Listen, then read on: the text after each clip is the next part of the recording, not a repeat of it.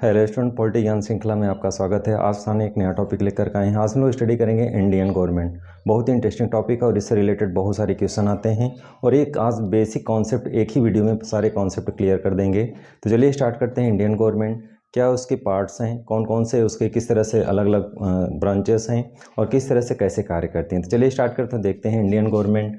भारतीय सरकार के कौन कौन से स्वरूप हैं। तो जैसा कि आप जानते हैं इंडियन गवर्नमेंट और स्टेट गवर्नमेंट हम लोग कंबाइंड स्टडी करेंगे। दोनों का फंक्शन अलग अलग है लेकिन नेम कुछ कहीं मैच करते हैं, तो उनके संदर्भ में एक साथ अध्ययन करेंगे कैसे इंडियन गवर्नमेंट के कौन कौन से पार्ट्स हैं और स्टेट गवर्नमेंट के कौन कौन से पार्ट्स हैं, दोनों का अध्ययन करेंगे बारी बारी से।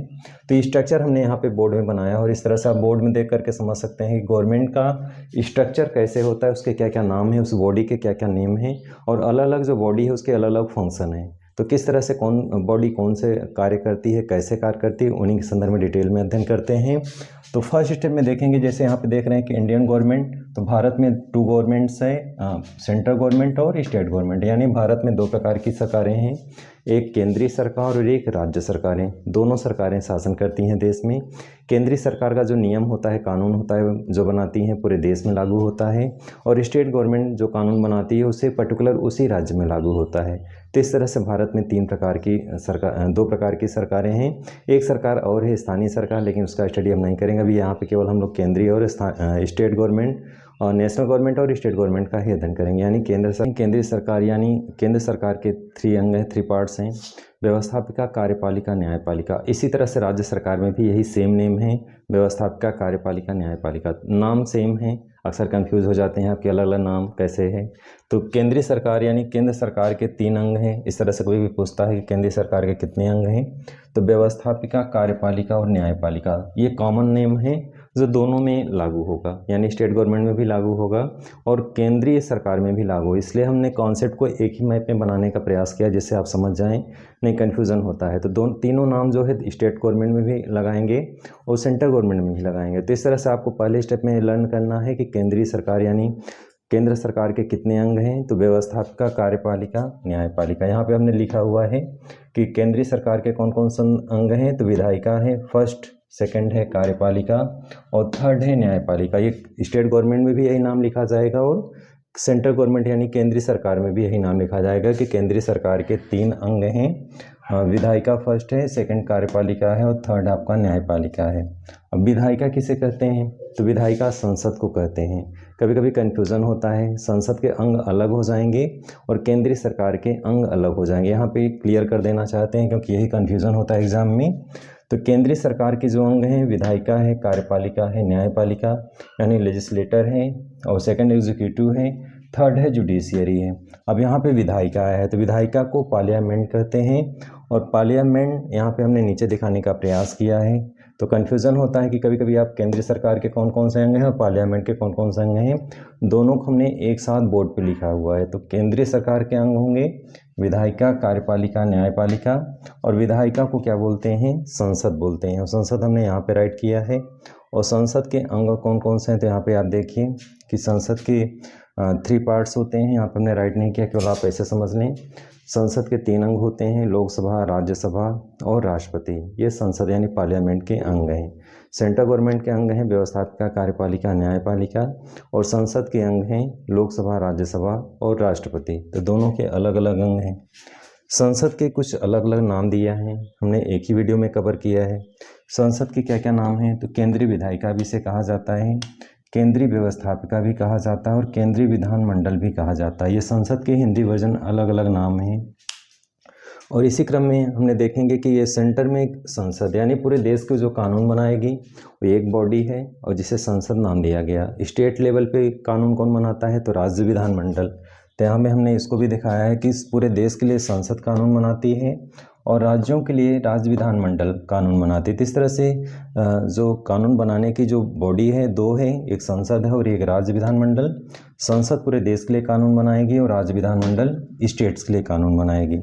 संसद के 2 सदन होते हैं, 2 हाउसेस हैं संसद के, लोकसभा और राज्यसभा। तो इस तरह से कभी कभी पूछता है संसद के कितने सदन हैं, अंग अलग हैं, सदन अलग हैं।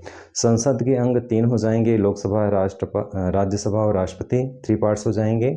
और इसी क्रम में देखेंगे कि संसद के हाउसेस यानी सदन कितने हैं, 2 हैं, लोकसभा एंड राज्यसभा। लोकसभा को हाउस ऑफ पीपल बोलते हैं, राज्यसभा को काउंसिल ऑफ स्टेट बोलते हैं। लोकसभा के कुछ हमने अन्य नाम भी यहाँ पे दिया हुआ है, जैसा कि आप देख रहे हैं लोकसभा को लोअर हाउस भी कहा जाता है, और इसके कुछ हिंदी नाम हमने यहाँ पे लिखा। तो एक ही वीडियो हमने बहुत सारी चीज़ों को कवर किया है कि लोकसभा को हाउस ऑफ पीपल भी कहा जाता है, उसके कुछ अन्य नाम भी हैं, लोअर हाउस, लोकप्रिय सदन, प्रथम सदन और निम्न सदन। यहाँ पे हमने राज्यसभा दिखाया है जिसे काउंसिल ऑफ स्टेट कहा जाता है। इसके कुछ अन्य नाम हैं, अपर हाउस है, द्वितीय सदन है और उच्च सदन है। तो इस तरह से 5 नेम हैं। लोकसभा के भी 3 नेम इधर हमने लास्ट में दिया है और राज्यसभा का भी इसने नाम दिया है। तो ये सारे पूरे नेम हैं लोकसभा और राज्यसभा के एग्ज़ाम में 5 एंड 3 इसमें 8 नेम हो जाएंगे, इतने सारे नाम हैं। और एग्ज़ाम में जो है एक ही वीडियो में हमने कवर कर लिया, और अब एग्ज़ाम में जो क्वेश्चन आता है तो कन्फ्यूज़न रहता है कितने सारे नाम कैसे हैं। तो यहाँ पे आप बोर्ड में इसको देख करके नोट्स बना सकते हैं कि ये सारे नाम हैं लोकसभा के और राज्यसभा के, इतने सारे नाम हैं। अगले स्टेप में चलते हैं, स्टेट गवर्नमेंट। अब स्टेट गवर्नमेंट में जो कानून बनाने वाली जो बॉडी है उसको बोलते हैं लेजिस्लेटिव असेंबली, स्टेट लेजिस्लेटर बोलते हैं, और इसे हिंदी में बोला जाता है राज्य विधानमंडल। राज्य विधानमंडल जो कानून बनाएगा उसी केवल स्टेट्स में लागू होगा। राज्य विधानमंडल के अंग कौन कौन से हैं, तो जैसे अभी हमने पार्लियामेंट के अंग बताया था कि 3 पार्ट्स हैं, लोकसभा, राज्यसभा और राष्ट्रपति। राज्य विधानमंडल के भी 3 अंग हैं, विधानसभा, विधान परिषद और इसके साथ साथ राज्यपाल। सेंटर में राष्ट्रपति होता है और स्टेट में राज्यपाल मीन्स गवर्नर होता है।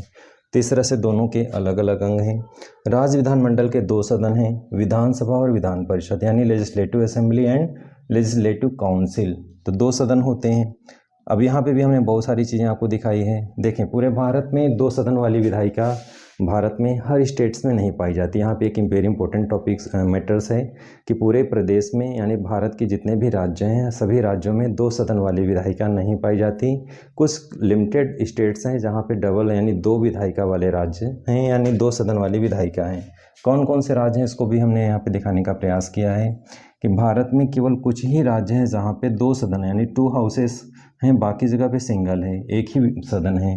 तो भारत में कौन कौन से स्टेट्स हैं जहाँ पे 2 सदन वाली विधायिका पाई जाती है, तो यहाँ पे आपने देख रहे हैं कि उत्तर प्रदेश है, बिहार है, महाराष्ट्र है, आंध्र प्रदेश है, कर्नाटक है और तेलंगाना। केवल भारत के इतने ही राज्य हैं जहाँ पे 2 हाउसेस यानी 2 सदन वाली विधायिका पाई जाती है।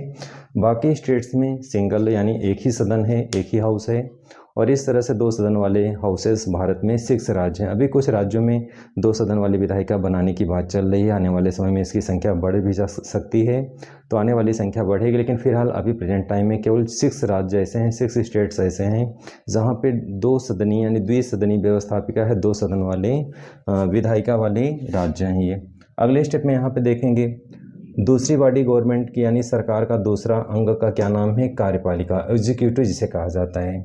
अब देखें यहाँ पे तीनों के वर्क अलग अलग हैं। विधायिका मीन्स पार्लियामेंट, इसका कार्य क्या है, कानून का निर्माण करना, यानी विधायिका यानी पार्लियामेंट का वर्क है कानून का निर्माण करना। कार्यपालिका यहाँ पे आप देख रहे हैं, कार्यपालिका में कौन कौन आते हैं, तो कार्यपालिका में प्रधानमंत्री और उसका मंत्रिपरिषद आता है। और कार्यपालिका का कार्य क्या है, कानून को लागू करना। तो यहाँ पे विधायिका यानी मीन्स पार्लियामेंट क्या कार्य करेगी, कानून का निर्माण करेगी। कार्यपालिका जिसमें प्रधानमंत्री और मंत्रिपरिषद उसका आता है और उनका कार्य है कानून को लागू करना। थर्ड स्टेप में आता है न्यायपालिका, जिनका कार्य है कानून का पालन कराना।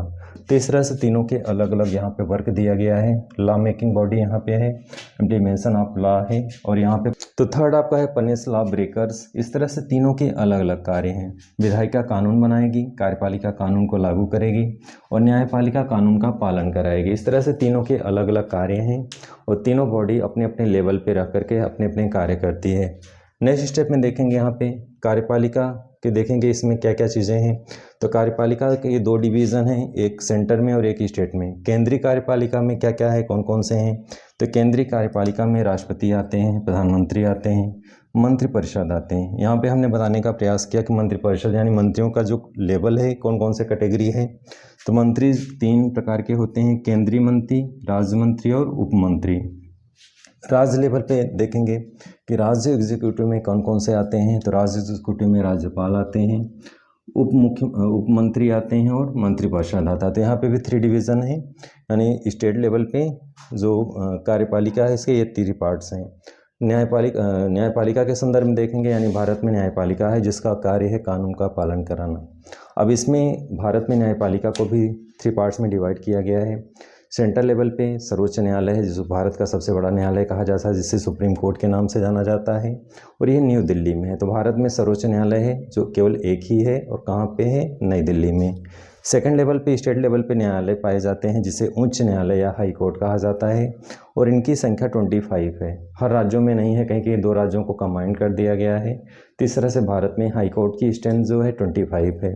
अगले स्टेप में जिला न्यायालय यानी डिस्ट्रिक्ट लेवल पे न्यायालय पाए जाते हैं जिले में, और जो वादी होता है, जो समस्याएं होती हैं, वो डिस्ट्रिक्ट लेवल पे पहले निपटाया जाता है। इसके बाद उच्च न्यायालय में जाते हैं, और वहाँ पे भी अगर निपटारा से संतुष्ट नहीं है कोई व्यक्ति, तो फिर वो उच्चतम न्यायालय यानी सुप्रीम कोर्ट जा सकता है। तो आज के वीडियो में आपने अध्ययन किया कि सरकार के कौन कौन से अंग हैं, कौन कौन सी बॉडी हैं, स्टेट लेवल पे सरकार के कितने पार्ट्स हैं, सेंट्रल लेवल पे सरकार के कौन कौन से पार्ट्स हैं, सेंट्रल लेवल के पार्लियामेंट के कौन कौन से अंग हैं, और स्टेट लेवल पे लेजिस्लेटिव असेंबली के कौन कौन से पार्ट्स हैं। सब अपने अपने किस तरह से कौन कौन से कार्य करते हैं, क्या फंक्शन उनका है। आज की वीडियो में बहुत सारा डिटेल आपने स्टडी किया। नेक्स्ट वीडियो में किसी नए विषय के साथ फिर से मिलेंगे। तब तक के लिए जय हिंद, जय भारत।